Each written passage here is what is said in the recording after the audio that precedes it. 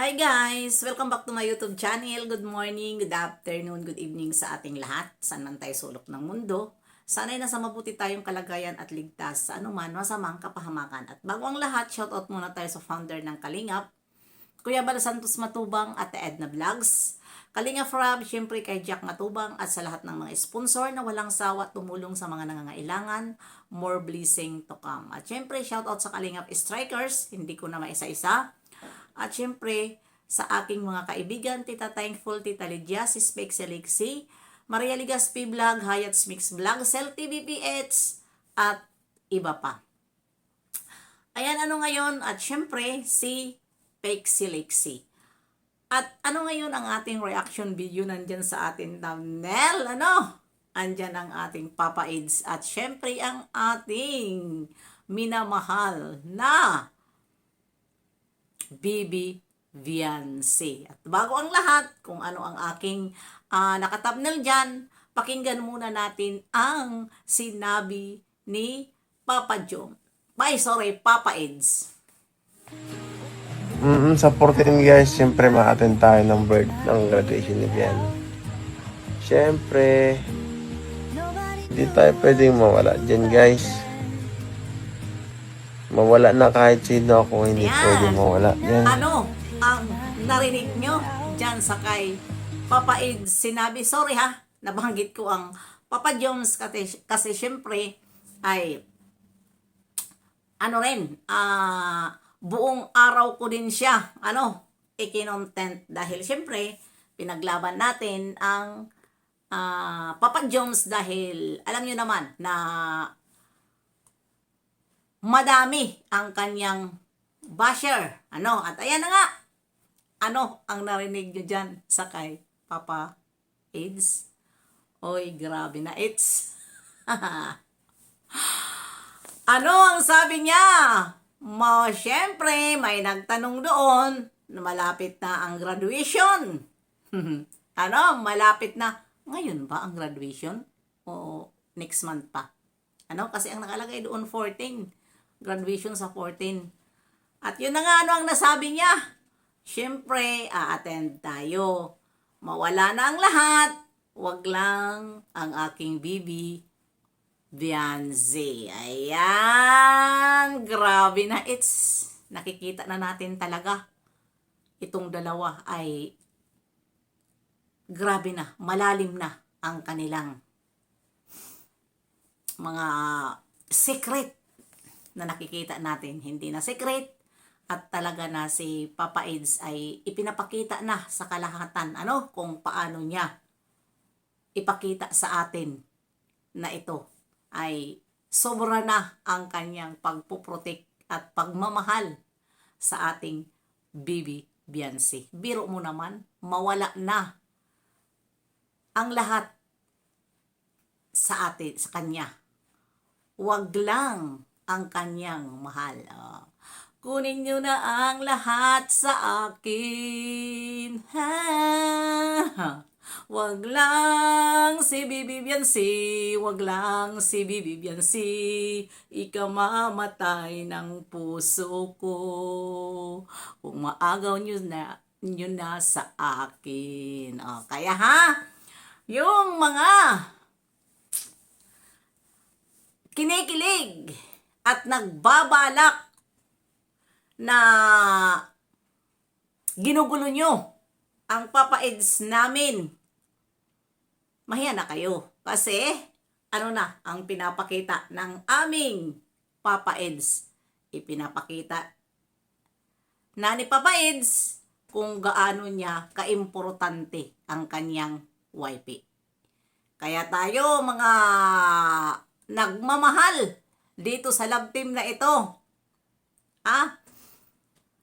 malungkot man na sa nangyari, pero patuloy ang suporta ng Kalingap at ang mga sponsor walang nagtampo. Dahil bakit?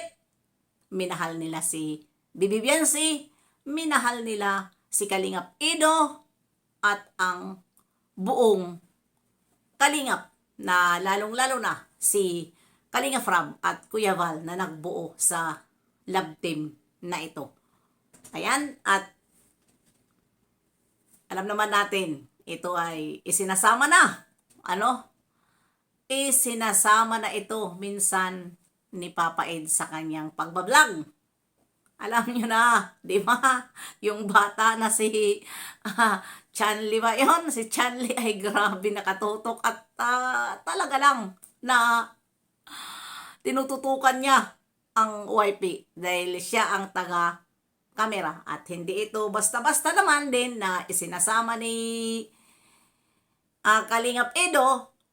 Hinihintay lang niya ang pagdaing ng kanyang YP na naglalambing sa kanya, nasama ako sa pagbablog. Iba na ito. Todo bantay na. Ay, Diyos ko Lord. Todo bantay na ng aming Bibi Beyonce, dito sa aming Papa Eds. At ito naman si Papa Eds ay gustong-gusto niya talaga na ang makakasama niya lagi ay si Bibi Beyonce. At ayaw talaga ni Papa Eds na gawa-gawaan siya ng istorya. Dahil kailan lang ay narinig natin sa kanyang live, sa kanyang live na wag naman kayo sobra tawag nito fake news. Dahil ako po ay hindi ako natulog, dahil ito nga pinagkalat sa Reels na si Papa Eds ay doon natulog sa bahay nila Bibi Beyonce. Wag nyo po. Inamin niya, minsan nagpapahinga siya doon, mga alas 12, o siguro kung galing siya sa pagbablog, pagchacharite, doon siya nagpapahinga dahil natural para pangtanggal ng pagod na pagod siya sa paghahanap ng kanyang matutulungan. Matanggal man lang ang kanyang pagod, makita man lang niya ang kanyang minamahal. Minamahal talaga. Sabihin na natin minamahal dahil lantaran na ito eh. Kahit nga si Papa Eds, nilalantad na. Di ba? Nilalantad na ang kanilang pagkakaibigan na mas pa sa pagkakaibigan. Ang kanila ngayon, ang ating nakikita ngayon. Ito po na aking reaksyon ay bislang ito sa sinabi ni Kalingap Edo. Doon po ako kumuha dahil po, alam nyo naman, baka masita tayo dahil hindi tayo pwede kumuha, magreaksyon sa kay Bibi Beyonce kung hindi galing sa upload ni Kalinga Frab, sa upload ni Kuya Val. Hindi tayo pwede magreaksyon. Kailangan magreaksyon ang mga reaktor. Doon galing kay Kuya Val, doon galing kay Kalinga Frab.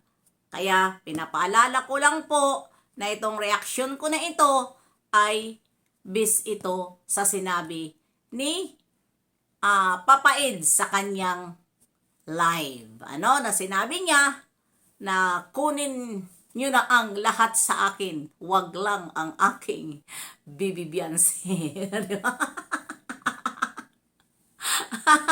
Di ba? Sabi niya, mawala na ang lahat.